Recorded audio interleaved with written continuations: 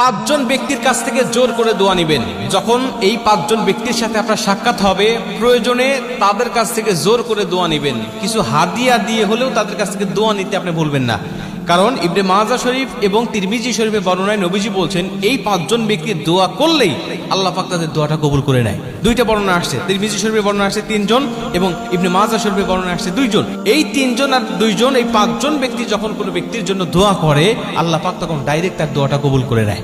রাসূল সাল্লাল্লাহু আলাইহি ওয়াসাল্লাম বলছেন, 1 নম্বর হলো মা বাবা। কোনো মা বাবা যদি সন্তানের জন্য দোয়া করে, ওই দোয়ার মাঝে আর আল্লাহ পাকের মাঝে কোনো পর্দা থাকে না, ডাইরেক্ট আল্লাহ পাক দোয়াটা কবুল করে নেয় এবং সেই সন্তানের জন্য আল্লাহ পাক সব দোয়াগুলোকে আল্লাহ পাক কবুল করে নেয়। এটা হলো 1 নম্বর। 2 নম্বরে, যদি কোনো মাজলুম ব্যক্তিকে আপনি পেয়ে যান, যিনি মাজলুম, যিনি জুলুমের শিকার হয়েছে, ওই মাজলুমের কাছ থেকে আপনি দোয়া নিবেন। কারণ মাজলুমের দোয়া আর আল্লাহর মাঝেও কোনো পর্দা থাকে না। মাজলুম যখন দোয়া করে আল্লাহ পাকের কাছে, তখন ডাইরেক্ট আল্লাহ পাক তার দোয়াটা কবুল করে নেয়। মাজলুমের কাছ থেকে দোয়া নিবেন, প্রয়োজনে কিছু হাদিয়া দিবেন, তাও দোয়া নিবেন। 3 নম্বর হলো মুসাফির।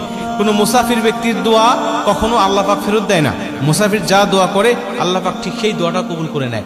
মুসাফির ব্যক্তি আল্লাহর কাছে এতই পছন্দনীয় ব্যক্তি যে আল্লাহ পাক তাদের জন্য 4 রাকাত বিশিষ্ট ফরজ নামাজগুলোকে 2 রাকাত করে দিয়েছে।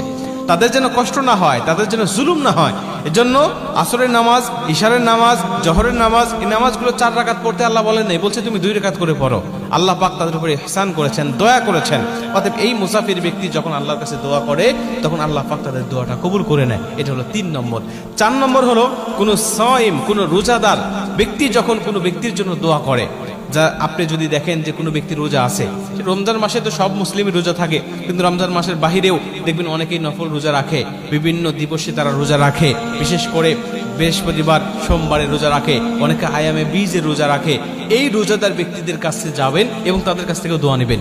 নবীজি বলছে, কোনো রোজাদার ব্যক্তি যখন দোয়া করে, সেটা হোক নিজের জন্য, হোক অন্য ব্যক্তির জন্য, আল্লাহ পাক তখন তার দোয়াটা ফেরত দেয় না, দোয়াটা কবুল করে নেয়। এবং 5 নম্বর লাস্ট হলো কোনো ন্যায় পরায়ণ শাসক, যিনি ন্যায় ইনসাফ ভিত্তিক শাসন প্রতিষ্ঠা করতেছে। ন্যায় পরায়ণ শাসক যিনি সর্বসময় ন্যায় বিচার করেন, এই ন্যায় বিচারক শাসকের কাছেও তুমি দোয়া নিবে এবং সেই দোয়াটাও আল্লাহ পাক কবুল করবে। এখন ন্যায় বিচারক শাসক কে হতে পারে? সেটা হতে পারে কোনো চেয়ারম্যান, হতে পারে কোনো এমপি, মন্ত্রী, অথবা হতে পারে কোনো সমাজপতি, যিনি বিচার আচার করেন, যার কাছে মানুষ বিচার নিয়ে যায় এবং তিনি বিচারে কোনো দুর্নীতি করেন না, 7, 5, 6, 9 তিনি করেন না। তিনি সরাসরি যেটা সত্য, সত্যকে সত্য বলে, যেটা মিথ্যা, তিনি মিথ্যাকে মিথ্যা বলে। তিনি সত্য পক্ষে যখন রায় দিবে, এমন শাসকের সন্ধান যদি কখনো আপনি পান, বুঝে নিয়েন যে ইনি আল্লাহ পাকের